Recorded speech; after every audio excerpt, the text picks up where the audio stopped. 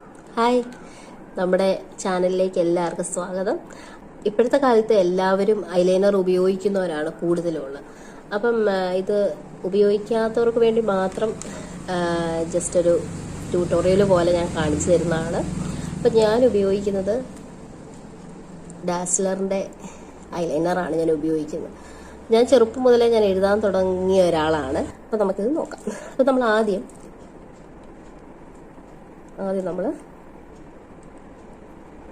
നമ്മൾ എടുക്കുന്ന സമയത്ത് ഇതിൻ്റെ പകുതി, അതായത് നമ്മൾ ഇതിലിങ്ങനെ ടച്ച് ചെയ്തിട്ട് അതിനെ ഒരു നേർത്ത രീതിയിൽ, കാരണം അതിൻ്റെ മഷിയല്ല, അതിൻ്റെ ആ ഒരു ഇതെല്ലാം ഐലൈനർ ഫുള്ളായിട്ട് ഇങ്ങനെ ഇതിൽ പടർന്നിരിക്കും. അപ്പോൾ നമുക്ക് ഒത്തിരി ഭയങ്കരമായിട്ട് പടർന്ന പോലെ എഴുതുമ്പോൾ ആവുമേ. അപ്പോൾ അതുകൊണ്ട് നമുക്ക് ഇങ്ങനെ ആക്കിയിട്ട് കണ്ണ് അടച്ച്, ഇങ്ങനെ ഒരു കണ്ണ് അടച്ച് വെച്ചുകൊണ്ട് എഴുതുന്നവർക്ക് എഴുതാം. ഇനി ഒരു തുറത്ത് വെച്ചുകൊണ്ട് എഴുതണമെങ്കിൽ അങ്ങനെ. ഇപ്പം എൻ്റെ ഇപ്പം പെട്ടെന്ന് ഇങ്ങനെ മുകളിൽ ഇങ്ങനെ മുട്ടത്തില്ല, അപ്പം ഇത്ര ഇങ്ങനെ ഹാഫായിട്ട് നിൽക്കും. കണ്ണ് അടച്ചിട്ട് എഴുതി കഴിഞ്ഞിട്ട് നമ്മൾ ഐലൈനർ എഴുതി കഴിഞ്ഞപ്പോൾ പെട്ടെന്ന് തുറക്കുമ്പോഴത്തേനും ചിലർക്ക് ഇങ്ങനെ ഇങ്ങനെ മുകളിലെല്ലാം ഇതാവും. അപ്പോൾ അതുകൊണ്ട് 2 മിനിറ്റ് കണ്ണടച്ചിരുന്ന് അത് ഡ്രൈ ആയതിനു ശേഷം മാത്രം ഓപ്പൺ ചെയ്യാം. അപ്പം നമുക്കിത് ഇങ്ങനെ വളരെ പതുക്കെ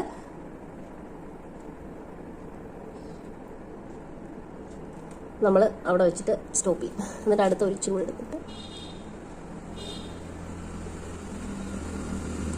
ഇങ്ങനെ വിങ്സ് വേണ്ടിയവർ കുറച്ചൊന്ന് ഇങ്ങനെ നീളം ഇട്ട് വയ്ക്കുക കേട്ടോ. ഇങ്ങനെ ഒന്ന് ഒരു വര ഇട്ട് വയ്ക്കും അങ്ങോട്ടേക്ക്. ഇനിയും ഞാൻ എൻ്റെ ഈ ഒരു പോർഷനെ ഞാൻ എപ്പോഴും ഇച്ചിരി ഒന്ന് ഹൈലൈറ്റ് ചെയ്യാറുണ്ട്, ഇച്ചിരി ഒന്ന് വലുപ്പമാക്കാറുണ്ട്. ഈ ഒരു പോർഷൻ മാത്രം, ആ ഒരു പോർഷൻ നമ്മുടെ കൃഷ്ണമണിയൊക്കെ നിൽക്കുന്നതിൻ്റെ ആ ഒരു ഭാഗം ഒന്ന് ഹൈലൈറ്റ് ചെയ്യും. അതുപോലെ മൊബൈലിൻ്റെ ഇതിലാണ് ഞാൻ വേറെ മിററൊന്നും ഉപയോഗിക്കാതാണ്. അതുകൊണ്ടാണ് കേട്ടോ ഇങ്ങനെ ഒരു നമുക്ക് ചരിഞ്ഞൊക്കെ ഇരുന്ന് എഴുതേണ്ട വരുന്നത്. കണ്ണ് തുറന്നാണ് ഞാൻ എഴുതുന്നത്. അങ്ങനെ എഴുതാൻ പറ്റുന്നവർക്കാണെങ്കിൽ അതിലൂടെ ഇങ്ങനെ പെതിയെ എഴുതാം. ഒന്ന് ഹൈലൈറ്റ് ചെയ്യാൻ പോവാണ്.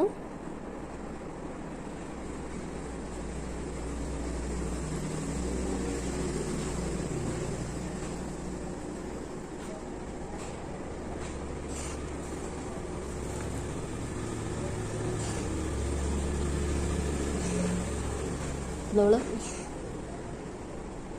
താഴെ കൂടെ ഒന്ന് എഴുതാം. ഒരു കൈ കൊണ്ട് ഇങ്ങനെ വലിച്ചു പിടിക്കും. ഇതാ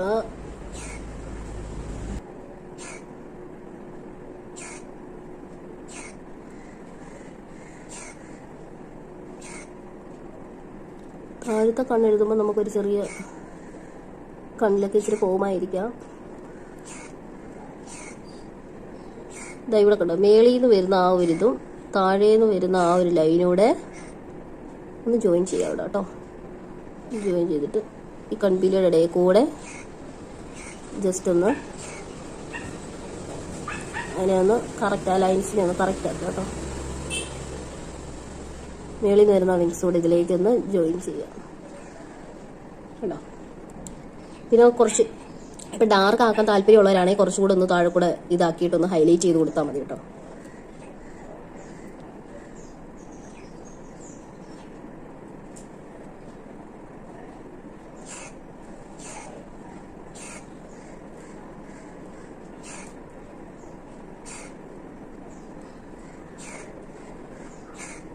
ഇതിനെ ജോയിൻ ചെയ്യുക, ഇവരെ രണ്ടുപേരെയും ജോയിൻ ചെയ്യുക, അവിടെയും ജോയിൻ ചെയ്യുക. കുറച്ചുകൂടെ തിക്കായിട്ട്